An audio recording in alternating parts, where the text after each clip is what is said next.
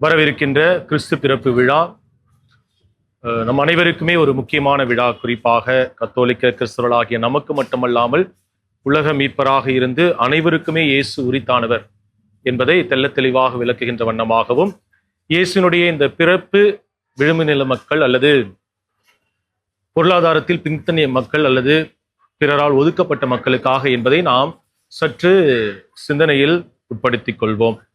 கிறிஸ்து பிறப்பு விழா என்றாலே கோலாகலமாக விழா கொண்டாடுதல் என்பதை தவிர்த்து அதை கடந்து ஏழை மக்களோடு அவர் இருக்கின்றார், நாமும் அவர்களோடு இருக்க வேண்டும் என்பதுதான் மிக சிறந்த ஒரு உண்மையாக அவருடைய செய்தியாக அமைகின்றது. திருத்தந்தை அவர்களின் தற்போதைய அந்த அறைகூவல் திலெக்சி தேயி என்ற அந்த அப்போஸ்தலிக்க அல்லது திருத்தூத மடலில் அழகாக கூறப்படுகின்றது. ஒட்டுமொத்த மடலினுடைய சாராம்சம் கடவுளில் போருக்காக அல்லது வறுமையில் வாடுகின்ற ஏழிய மக்களுக்காக இருந்தார் என்பது குறித்துதான். ஒருவேளை நாம் கொண்டாடுகின்றோம் என்று சொன்னால், இவர்களை மையப்படுத்தி நம்முடைய கொண்டாட்டம் எடுக்கிறது என்று சொன்னால் உண்மையாகவே அது பொருளுள்ளதாக இருக்கும்.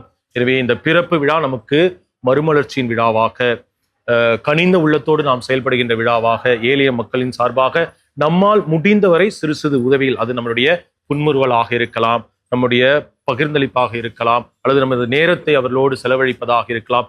இல்லாதவருக்கு நாம் இயேசுவை இதன் மூலமாக மட்டும்தான் நாம் சிறந்த விதத்தில் வெளிப்படுத்த முடியும். கிறிஸ்து பிறப்பு விழா நமக்கு ஒரு நலத்தையும் அருளையும் ஒரு இறையாசிரும் பெற்றுத் தருவதாக உங்கள் அனைவருக்கும் மனமார்ந்த நன்றிகளும் வாழ்த்துக்களும். தொடர்ந்து இயேசுவினுடைய அந்த திருப்பெயரை நம்முடைய சொந்தனை சொல் செயல் மூலமாக ஏந்திச் சொல்வோம். Merry Christmas and happy new year.